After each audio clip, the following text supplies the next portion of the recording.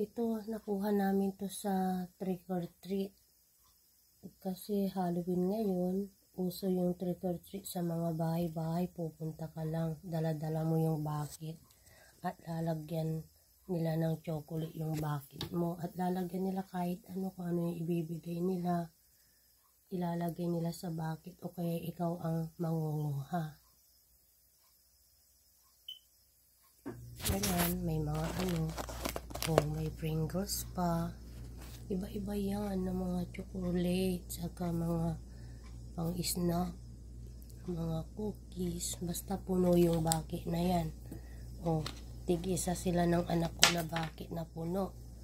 Sobra pa nga, punong-puno na. Kinain na nga nila yung iba habang naglalakad kami.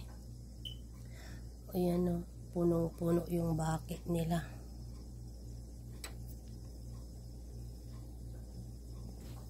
Ganyan yung Halloween dito. Uso ang trick or treat.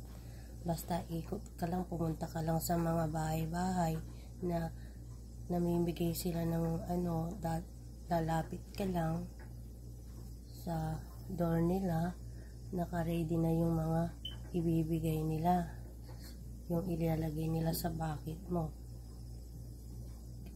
Sa susunod ulit na taon, every year na ginagawa yun dito.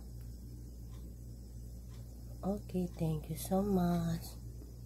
Ayan, magsasawa ka sa iba-ibang mga tsokolate. Thank you. Happy Halloween again.